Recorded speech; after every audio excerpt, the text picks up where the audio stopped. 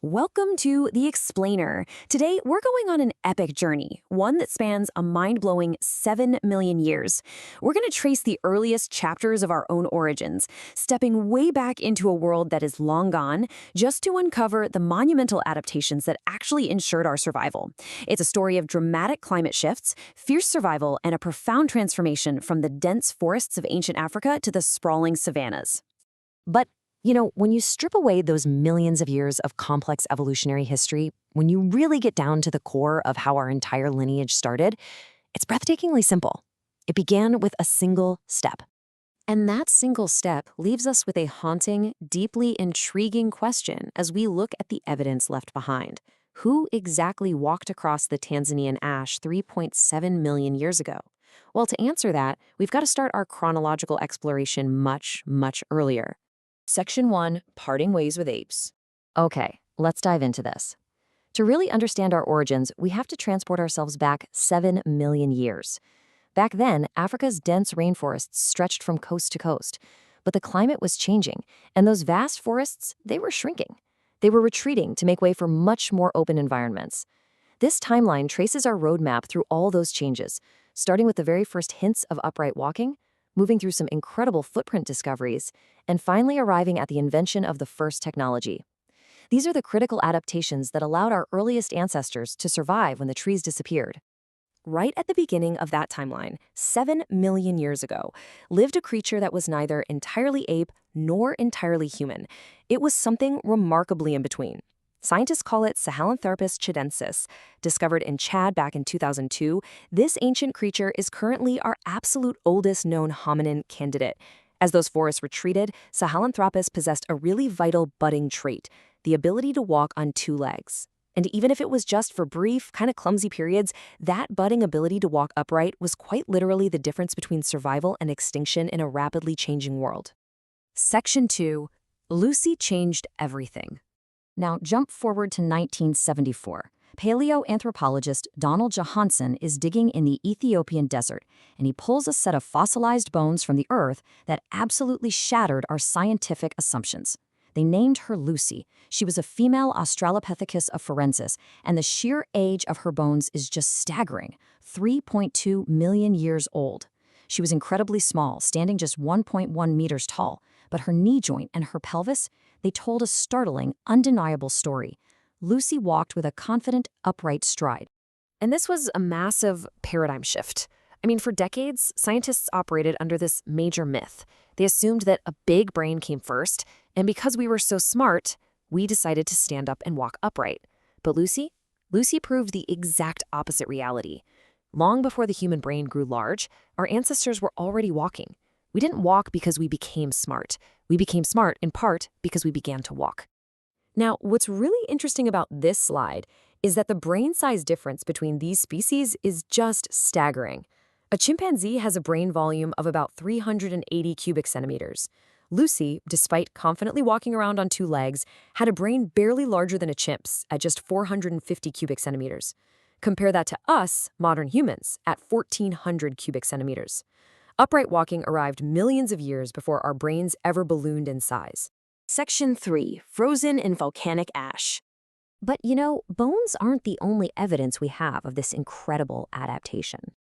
I want you to imagine the scene. It's 3.7 million years ago. A Tanzanian volcano violently erupts, sending this pale gray ash falling literally like snow across the Pliocene savanna. And right into that soft, wet ash, two hominins walked side by side. Centuries of sediment preserved their tracks perfectly, until paleoanthropologist Mary Leakey uncovered them in 1978. It was a hugely emotional, overwhelming discovery, because these footprints, featuring a distinct human arch, a heavy heel strike, and a definitive toe push-off, were unmistakably human. We don't know their names, we don't know their story, or even where they were going that day. But looking at these prints, we know, without a doubt, that 3.7 million years ago, our ancestors walked this earth. Section 4. The Toolmaker arrives. As we move down our timeline to 2.4 million years ago in East Africa, the environment continues to demand adaptation, and a brand new hominin appears on the evolutionary stage. Scientists named this creature Homo habilis, which translates to handy man. And honestly, the name is perfectly fitting, because alongside their bones, researchers found something revolutionary: deliberately shaped, sharp-edged rocks. These are known as Oldowan tools, and they represent the world's very first technology. Their fundamental use? To crack open animal bones and extract the rich, nutritious marrow inside.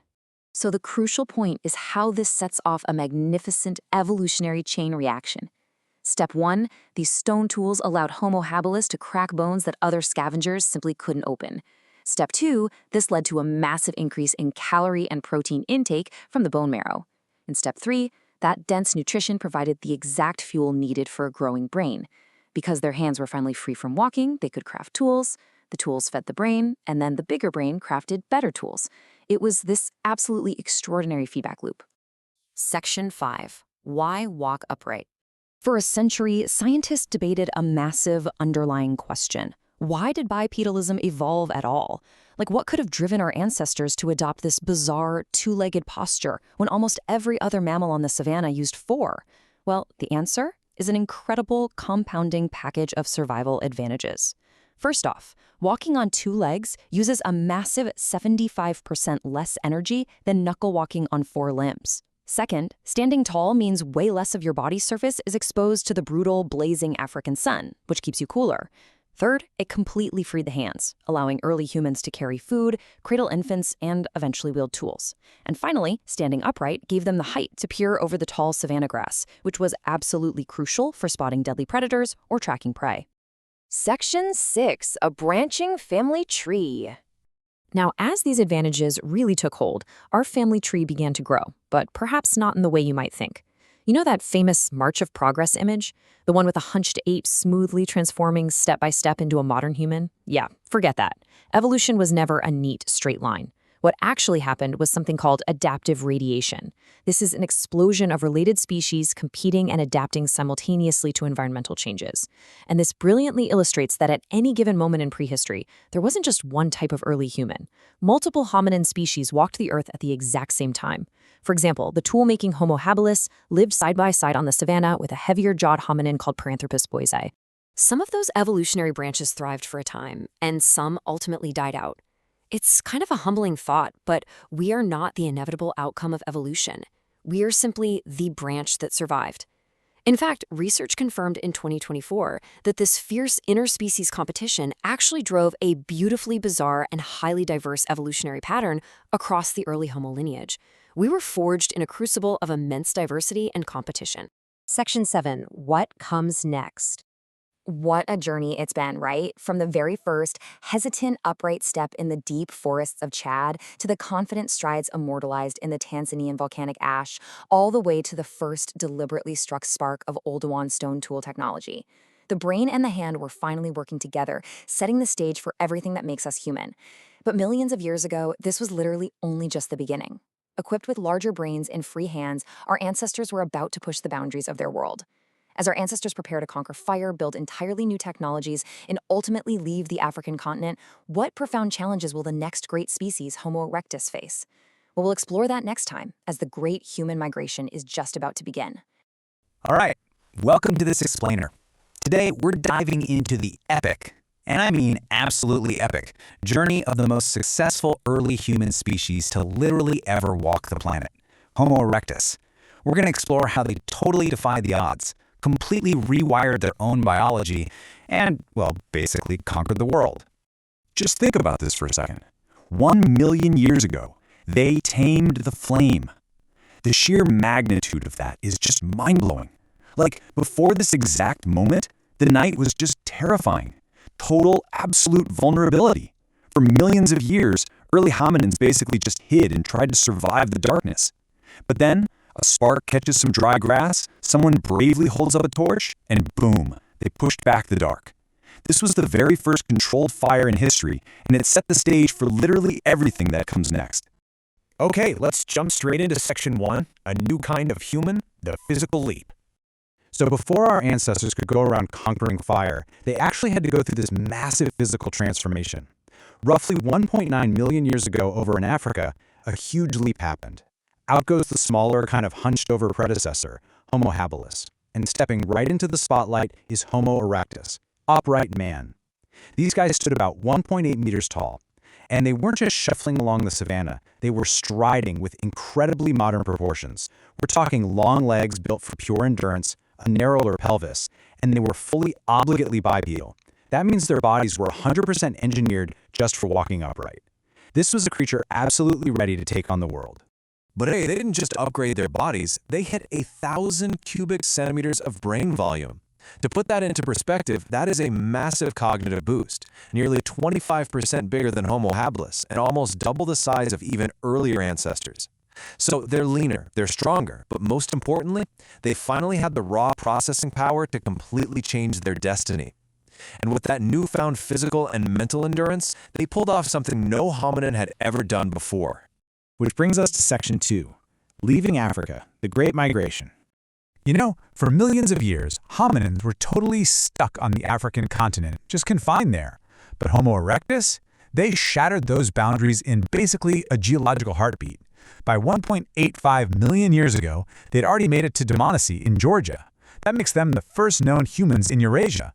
Then they pushed further east, hitting China around 1.77 million years ago, and making it all the way down to Java in Indonesia by 1.7 million years ago. So what actually drove this crazy rapid expansion? Well, it was a killer combo. That obligate bipedalism, way better tools, and a major shift toward eating meat. I mean, they had the legs to walk 20 miles a day without stopping, and they absolutely used them. They didn't just travel across the globe, they actively started shaping it. All right, section 3, the discovery of fire, transforming the world. Now, we know this isn't just some wild theory, right? We have the hard archaeological receipts. Deep inside Wonderwork Cave in South Africa, researchers found actual evidence dating back roughly 1 million years. Burned bone, scorched plant ash, the works. And we also have super solid proof from Zhaokudian in China from around 500,000 years ago. So this wasn't just a lucky lightning strike or a one-off fluke. This was the deliberate, intentional mastery of a literal elemental force. And mastering fire, it set off this incredible biological chain reaction. Think about it. Fire means you can cook your food. Cooked food gives you a much softer, way easier to digest diet. And because your dinner is suddenly softer, you don't need massive, bulky jaw muscles anymore, or a huge gut just to process tough raw plants. Actually, scratch that. It's even better. Because you're spending way less energy digesting your food, all that extra surplus energy gets directly redirected to powering a larger, much more complex brain. So yeah, the simple everyday act of cooking literally re-engineered our anatomy. But the perks didn't stop at biology. Fire pulls even more energy out of your food. It kills off nasty parasites, which means fewer infections and a longer life. Plus, it brings light, which literally extends your waking day. Honestly, picture a modern campfire you might sit around with your friends today. That cozy little circle? That was the very first gathering point where early language, shared stories, and deep social bonds could actually start to take shape. Fire didn't just keep Homo erectus warm. It was the exact catalyst that basically made us human. Moving on to Section 4, the first technology revolution, Acheulean tools. Right alongside taming fire, these guys kicked off a brand new era of problem solving. Enter the Acheulean hand axe. This thing was a massive, game-changing leap over the clunky, chipped rocks they were using before. It's perfectly symmetrical, it's sharp on both edges, and it's got this very distinct teardrop shape. And making one of these? Total intentional engineering.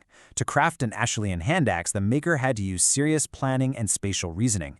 They had to literally visualize the finished shape hiding inside a raw chunk of stone before they even took their first swing.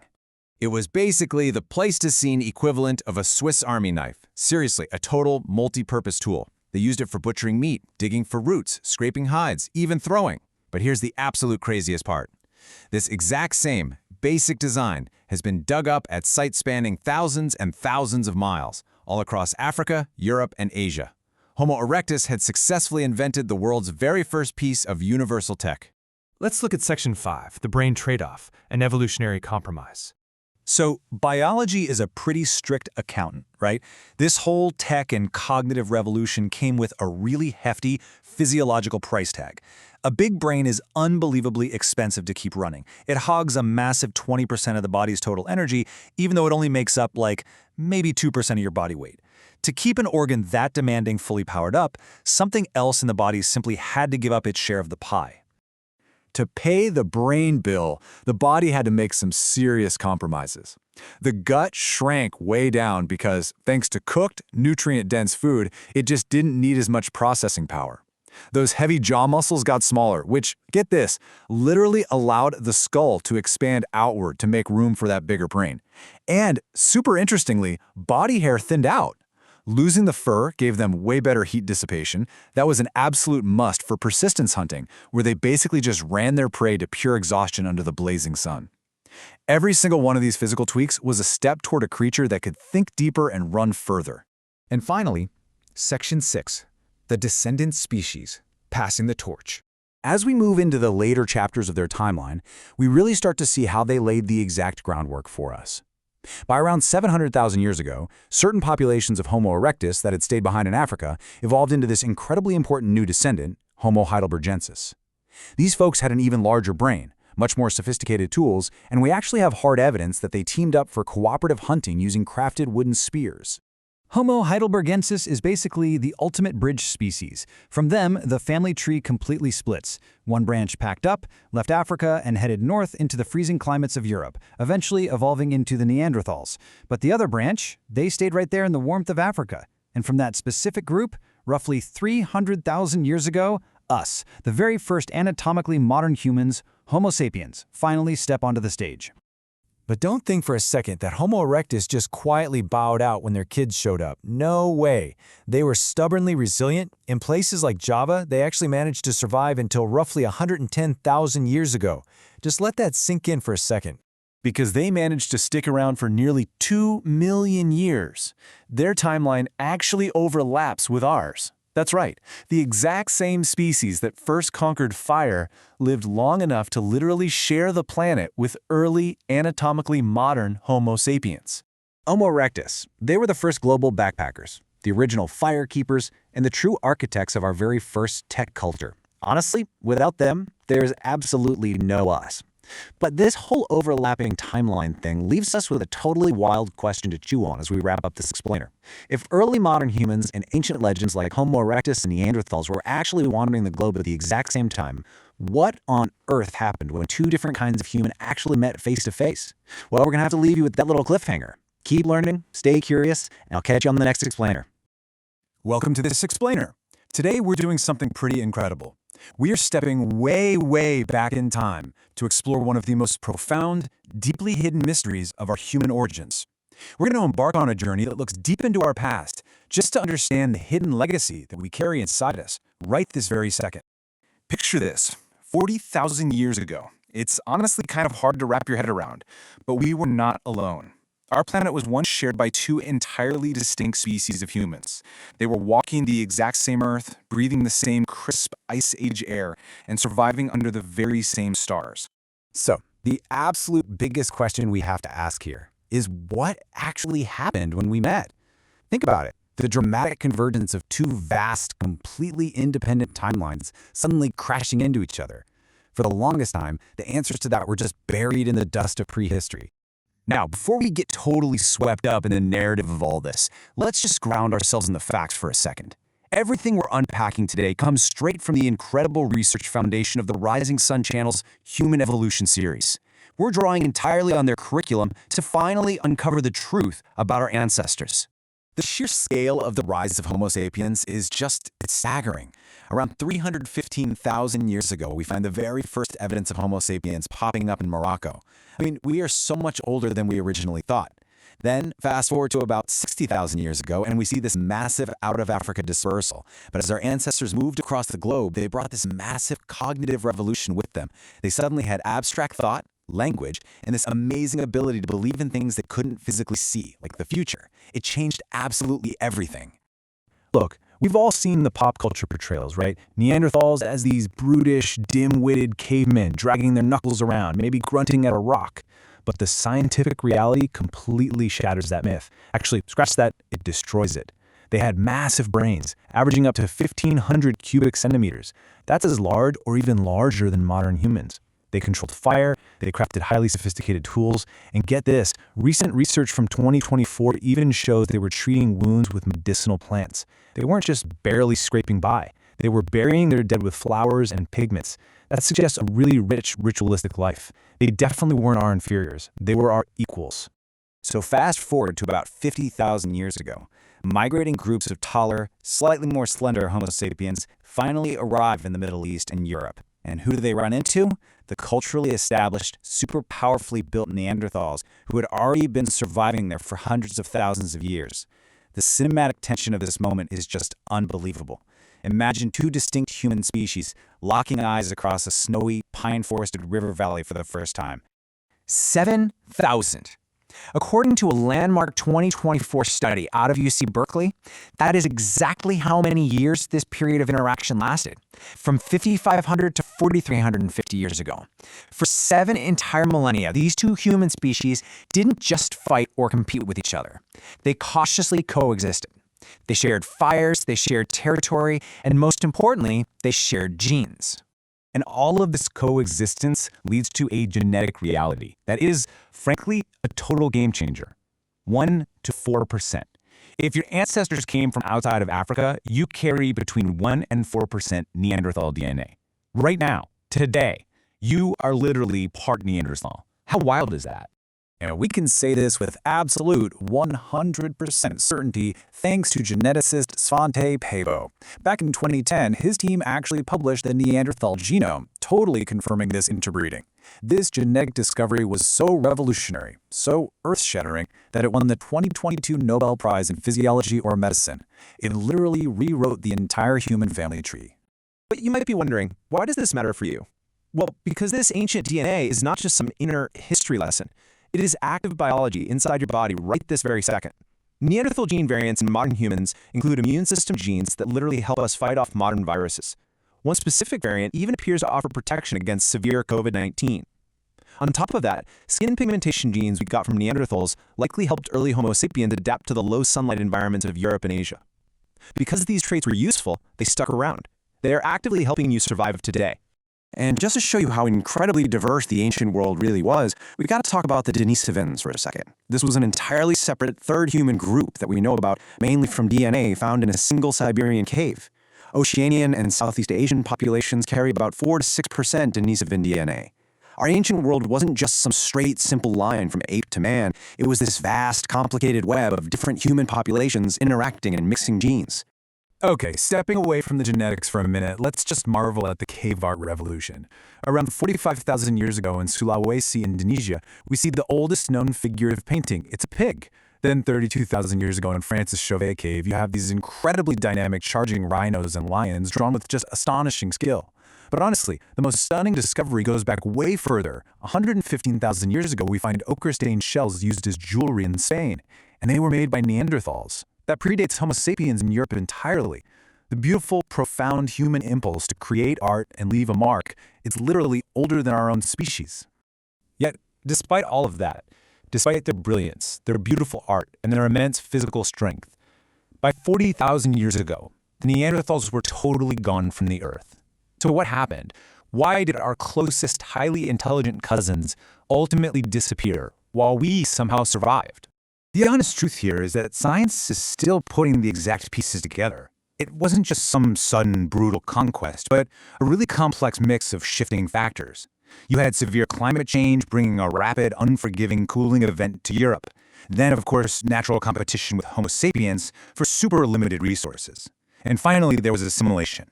Through interbreeding, a lot of Neanderthal populations were just simply absorbed into the rapidly expanding Homo sapiens gene pool. Which brings us to a truth that is, well, it's deeply melancholy, but honestly, it's pretty beautiful too. They did not vanish entirely. They dissolved into us. Think about it. We have been on a 7 million year journey of evolution to get here today. From small creatures stepping out of the forest to a species that maps its own genome and shoots rockets into the stars. We carry the strength of all those who came before us. The sheer resilience of the Neanderthals is literally written into our very DNA. We are not the end of the story, folks. Evolution just continues through us and through whoever comes next. So, the question I really want to leave you with today is this. We carry the resilience of the Neanderthals in our DNA, so where will evolution take us next? Thank you so much for exploring this remarkable explainer with me.